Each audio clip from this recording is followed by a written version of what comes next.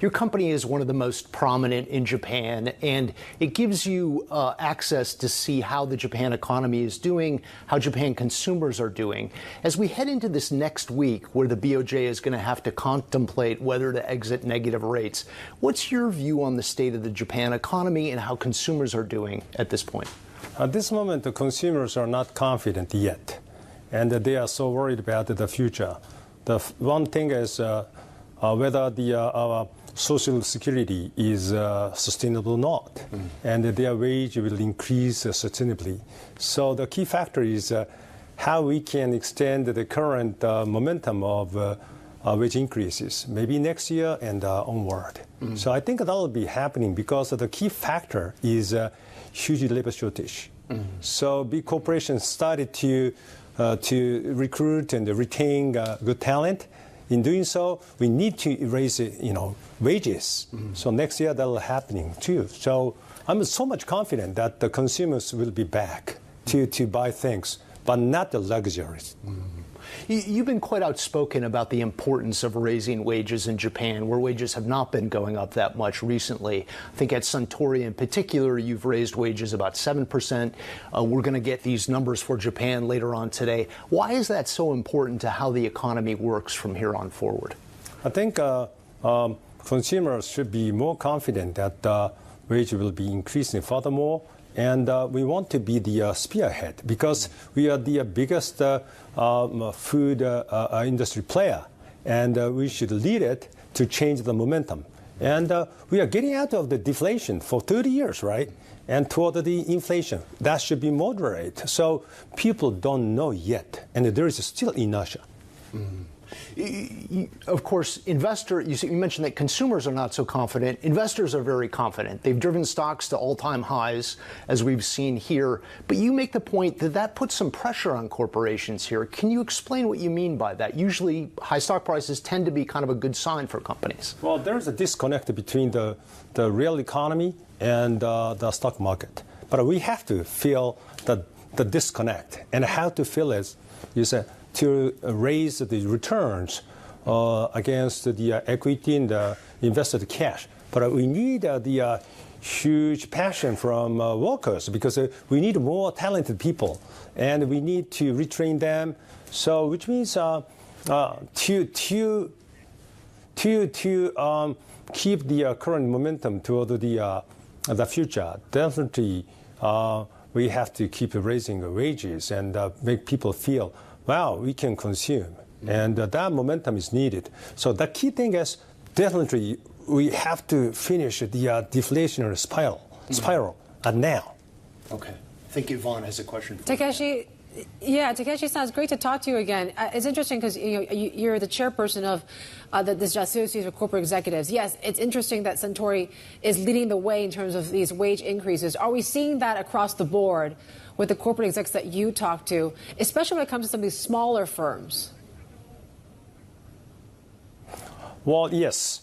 Smaller firms, whether they are making money or not, they need to raise wages. So that's a huge change from the before. The reason is they need people. And the current momentum is pushing people to change jobs, especially SMEs. So to retain good people, they have to definitely raise wages. Otherwise, they can't keep people. And there is many cases nowadays. We see the bankruptcies of SMEs because of a shortage of labor.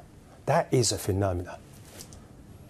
Yeah, and Takeshi-san, you of course, you talked about raising wages by 7% for Suntory.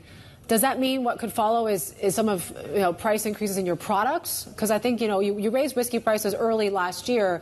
Are we seeing the strong enough wage growth to suggest that maybe product prices can also be seeing some price hikes? Well, that's a good question.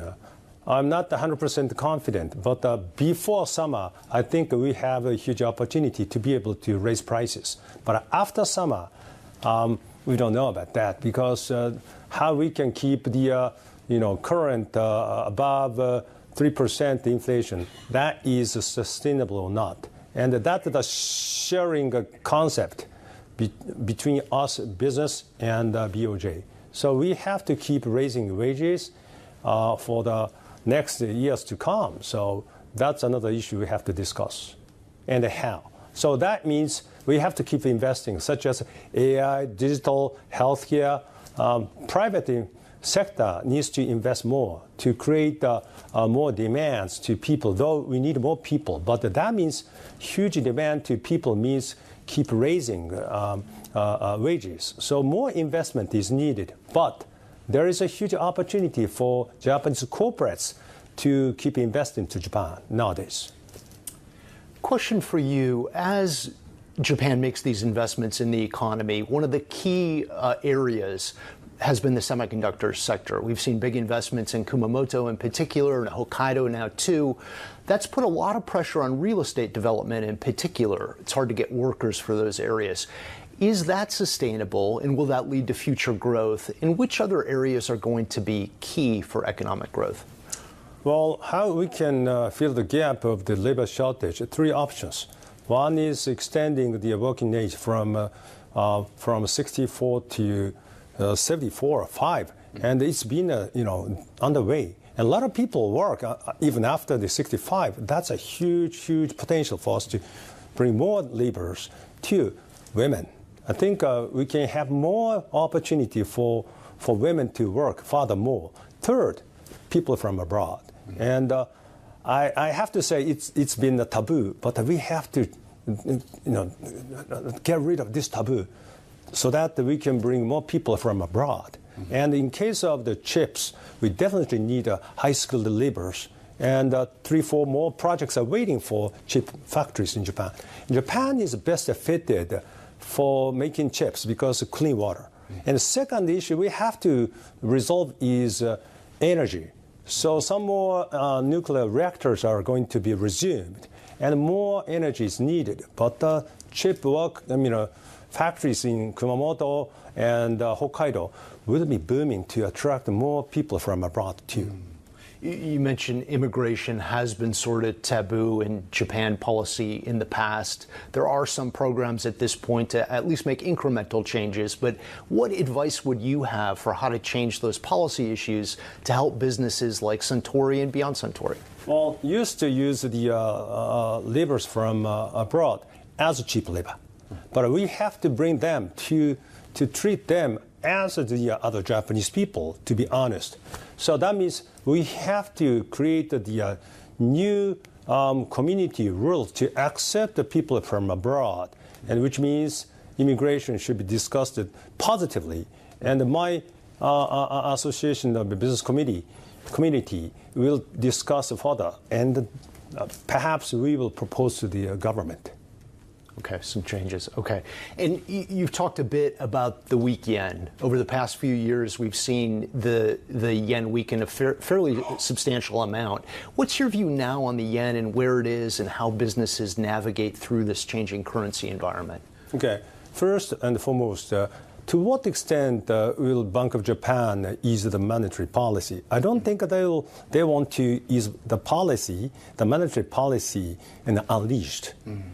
And I think they will change the from negative to positive, but slightly. It doesn't mean they want to unleashed. I mean, they get the monetary policy unleashed. So which means the still Bank of Japan will keep the easing policy of monetary policy, and that means the weekend won't be changed. But key factor is the Fed. The Fed will lower the interest rates 3 times, 4 times. To what extent?